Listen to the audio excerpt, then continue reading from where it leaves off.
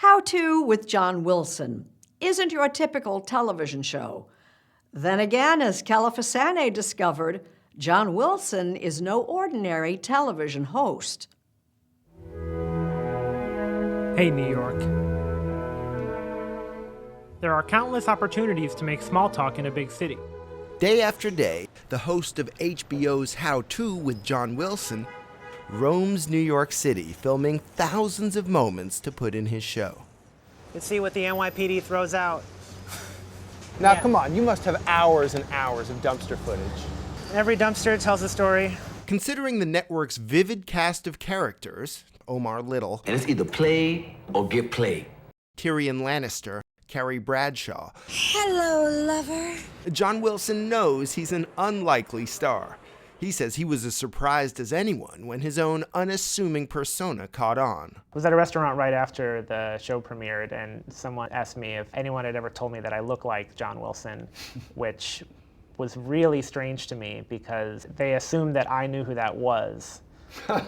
At first, his idea was a tough sell. At one network, they were like, I don't get it, you're the host, but we don't see you. They felt like this was going to waste, is what you're saying. Yeah, but I always thought that I would be the least interesting part.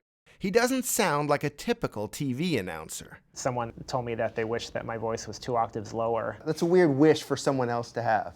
Yeah, but it stuck with me. Wilson features people on the street, captured in unguarded moments. Somebody always invites that one friend that nobody wants there.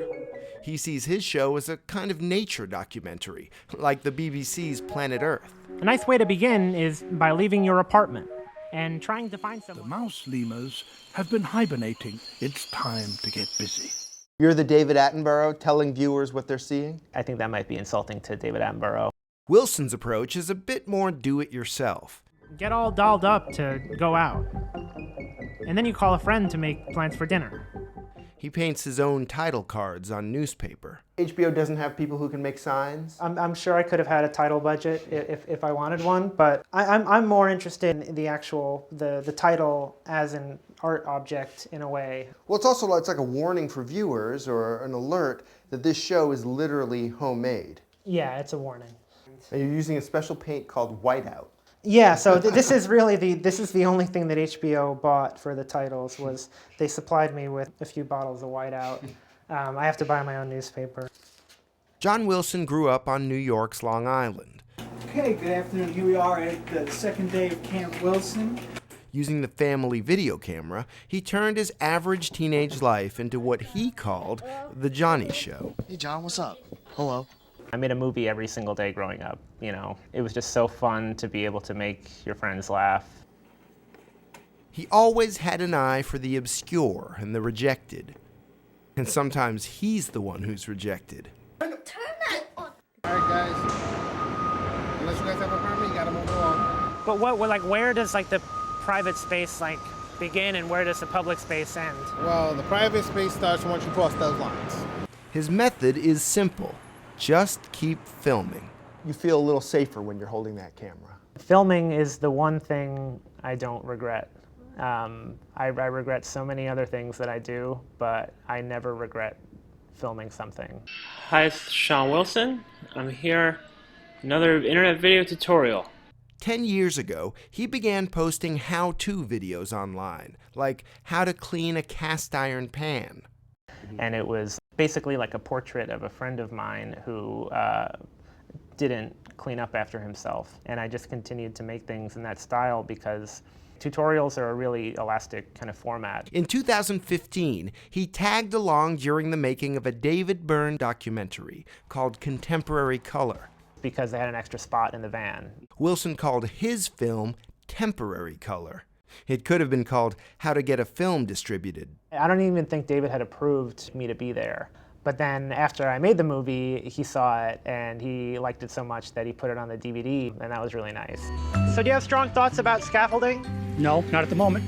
Soon, HBO took interest in his how-to videos. The tragedy is that you never really learn how to do the thing that I'm telling you how to do, but you kind of learn something about yourself, hopefully, in the process. Most of us don't speak up when we're dissatisfied.